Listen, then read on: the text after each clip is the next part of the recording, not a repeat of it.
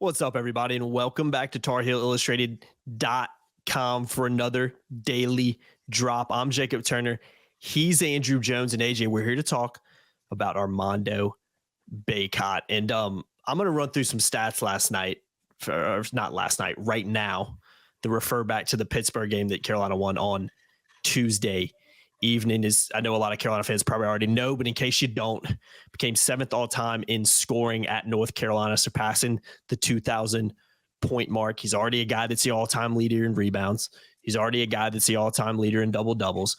We spent about 5 minutes before we even hopped on here talking about how, from a national perspective, he's not, a lot of people are kind of down on him, but when you dive into the stats, you dive into what he's doing, you dive into his floor game and how that's improved this year, Armando Bacot's having a pretty impressive year, despite maybe the offensive stats not being as high as some people. I think it's more of an expectation than really something that needs to happen from a national perspective. So again, Armando Bacot, man, let's talk about him a little bit more. You've been there at all the games.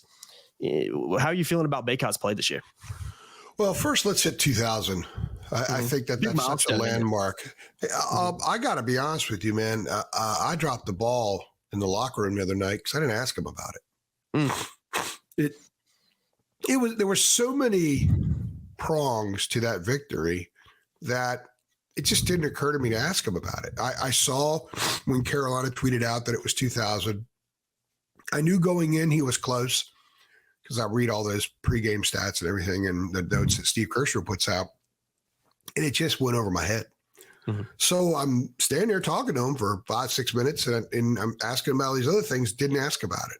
He might be wondering, man, those guys didn't ask me about 2000. He might be.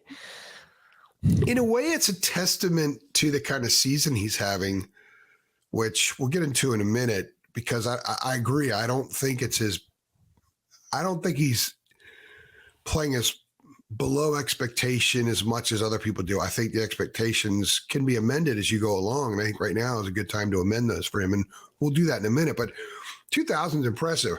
Now, he's aware that people say there needs to be an asterisk next to it because he's played 5 seasons. But let's remember, there was a period for a long time in college where freshmen couldn't play. So the most a dude could play were 3 years. And then freshmen, when Phil Ford in that era came along, freshmen were allowed to play against, they got 4 years. So no one ever said you got to tweak Phil Ford's numbers or put an asterisk next to them versus what Charlie Scott did because he could only play 3 years. So I just think it's all relative. It's all in time. Some of the greatest Carolina players of all time didn't play 4 years, so therefore they're going to be lower on the stat list. Mm-hmm. It is what it is. What this is he is the 7th guy to score 2,000 points. And at North Carolina, he's the all-time leading rebounder. He's going to end up probably 3rd all-time in scoring at Carolina. He's, 6th in made free throws now, all-time leader in double-doubles. He's the all-time leader, I think, in double-digit rebound games. I think that was his 81st the other night, which is very impressive. So he still did these things. He did them in a Carolina uniform. His service, in baseball, there's a thing called years of service. If you're a utility player and you get another year, you're on a major league roster the whole year, most of the year, it's term, you turn years of service, time of service. Armando's time of service to North Carolina basketball has been amazing. Yeah. Absolutely amazing. He's given this program everything that he has. And we're going to get into this season, where he is right now in a minute. But I think in a lot of ways, he is showing us really who he is right now as a player, as a guy, and maybe an indicator of whatever's to come forward in his basketball life, his basketball career. Mm-hmm. I've been very impressed. Mm-hmm. There are a couple times he hasn't looked that great, but I've been very impressed with a lot of things, the way he's handling. He's not boasting as much as he did before. There's a more business-like way about him. So I would imagine if I did have the presence of mind to ask him about 2000, which was really dumb that I didn't, he probably would have taken it in stride. Talked about what an honor it is to be up there with all those guys, because he has a deep appreciation for the history of the program. He knows those names. I guarantee you he could sit there and look up to all the jerseys, and he knows about those guys. Mm-hmm. I talked to him 2 years ago. I had a long one-on-one with him, and we talked a lot about that. He knew. He knew stuff. Like, he just passed Pete Brennan. I guarantee you he knows Pete Brennan started on the 57 title team. I guarantee he knows that. I guarantee he knows that. Mm-hmm. And it's not like he's out to conquer all of them. That may have been a motivation at some point in his career. Now I think it's just part of the process. He knows that, look, numbers are going to keep accruing numbers. I'm going to keep passing people. But the vision is much bigger than that right now. And that's what one of the things that impresses me about where Armando is. But kudos to him. 2000, he's got 74 double-doubles, Jacob. He's third all-time in ACC history behind two 4-year guys, Ralph Sampson and Tim Duncan. Duncan at 87, Sampson at 84. Carolina's played 13 games. They have 18 ACC games left, then the conference tournament and NCAA tournament. Mm-hmm. You got to figure they have at least 22 games left. Oh, yeah. If he has 14 double-doubles in the next 22 games, which is nearly on par with what he's been going back to his middle of his sophomore year, he very well could have that record too. Oh, yeah. There's no doubt about it.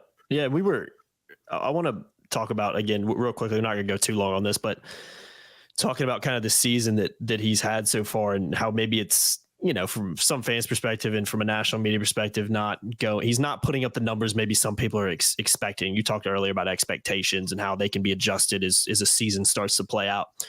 And we were talking before we came on, and I thought you really hit the nail on the head you said, Armando's playing like a guy now that doesn't really care about those personal accolades like you're talking about. I mean, they're great to have, and he understands the program, and they mean a lot to him, but that's not his focus this year. Is like, well, I need to get 25 a night so I can be an All-American, and so, I can pad my stats, and so I can be the, third all-time scoring leader. If that happens, it happens. But you said, and you kind of threw it at me, that he's playing like a guy that wants to hang a banner in those rafters, not for him, for the team.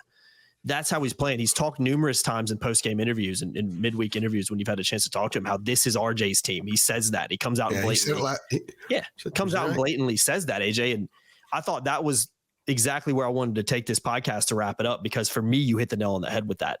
And I think that he deserves credit for that. He deserves kudos for that, because AJ, how many times have we seen it where I'm not talking about at Carolina, just in sports in general, where guys are obsessed with themselves. It's not about winning. It's about, I need to get better stats. I need to pad my stats so I can be in all the lights and the glory.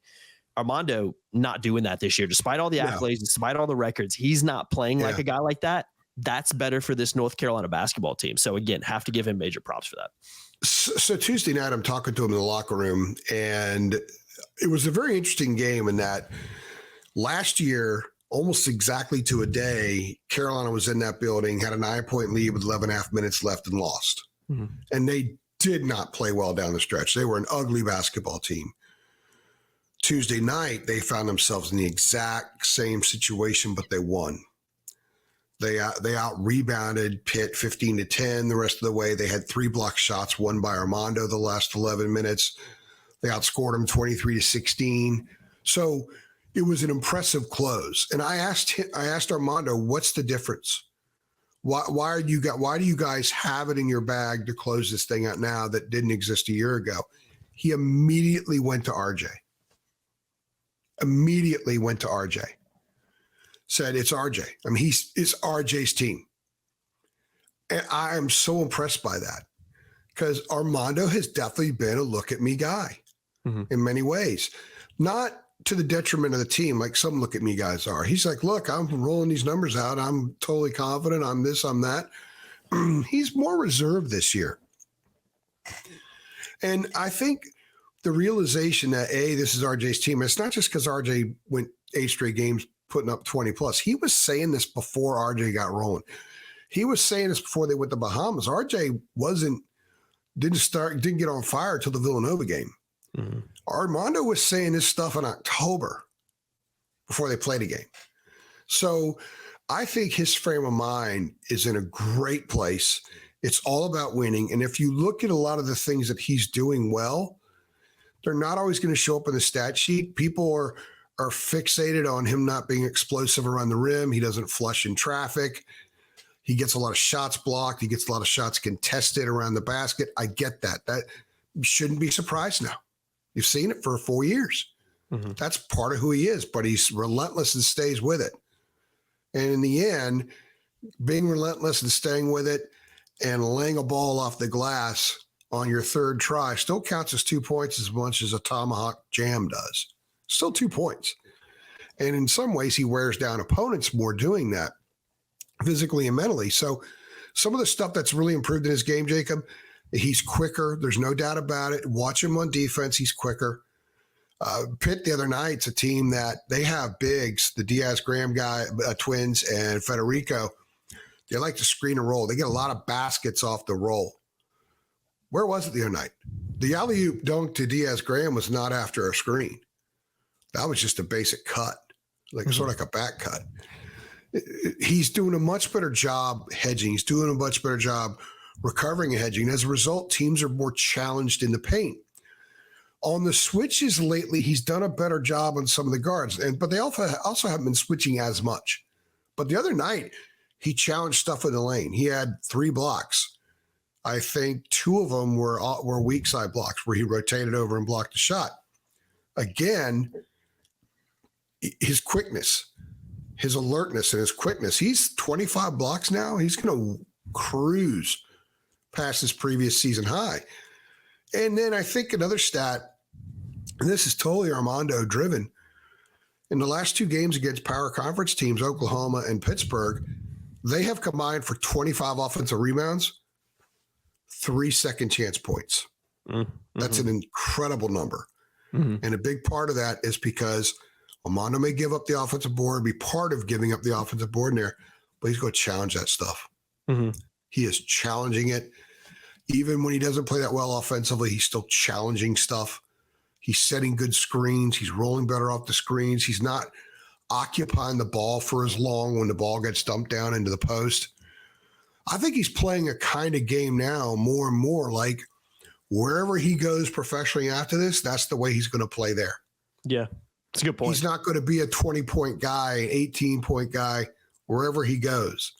He's going to be more a screener, defender, muckraker, rebounder, outlet passer, that kind of thing, wherever he goes. And I think his game is sort of moving in that direction this year. And by doing that, it's allowed Harrison Ingram to be Harrison Ingram. It's allowed RJ to be RJ. It's allowed when Trimble comes in to be Trimble. Armando has gotten such a good sense of when Trimble's on the floor about his fearless spur the second drives. A couple times last night or 2 nights ago, you could see him feeling it, clearing out and giving up a little bit more space. Plus, he's dragging his defender out a little bit away from the rim. So Trimble's challenge is the guy guarding him. You're seeing him get a little more comfortable playing with Harrison Ingram with that back down game. He kind of slid out. Actually, last night, Harrison, or 2 nights ago, I keep saying last night. Everything goes together nowadays. It really does. A couple times Harrison did a back down on the left side, and Armando just simply went to the other block. Mm-hmm. I don't think he was doing that as much earlier.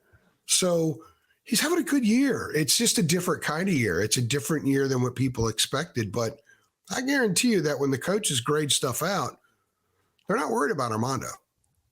No, he's making the team better this year on the way he's playing. And again, that's kind of the theme of this podcast is you got to give him credit for that. He's maybe not, again, the national narrative around him has been a little bit different, but when you follow the team, when you dive into it and you really watch the games and see what he's doing, he's benefited in this team massively. And again, he's going to continue to probably break some records this year as well. So hopefully he can keep climbing up that ladder. It'll be very interesting to see where he finishes up when this year is done in the record books. And, if Carolina can keep playing and playing more games, especially in the NCAA tournament, those records are going to continue to be broken. So yeah. One final thought as it stands right now, he probably won't get his jersey in the Rafters because he won't meet the criteria.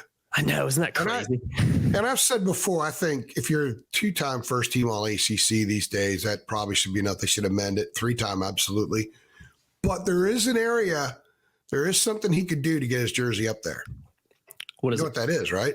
MOP. Mm-hmm. Oh yeah, true. That's a great point.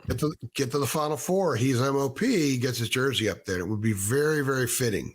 Yeah. Oh, whatever. Yeah, that's just all the records he's broken at Carolina to not have his jersey in the Rafters would be an all-time leading rebounder, all-time leader in double-double. It doesn't really feel right, does it? It just seems like if you lead a category in anything at a program as prestigious as North Carolina, much less two, you should probably get your name in the rafters. But that's a whole other podcast topic for another day. But yeah, credit to Armando. Give his flowers right now because this is his last season in North Carolina. But he keeps doing what he's doing. This team's going to continue to benefit. They're going to continue to win basketball games. And at the end of the day, that's all that really Armando Bacot cares about to begin with this year. So AJ, we'll wrap this one up. No doubt. Another edition of the Daily Drop. Appreciate y'all watching as always. I've been Jacob Turner. He's been Andrew Jones. If you're happy with what Armando's doing this year, if you enjoy watching him play basketball for the Tar Heels, go ahead and like this video below. Make sure you share, hit the notification bell too, and subscribe. And we'll see you guys next time. Thanks.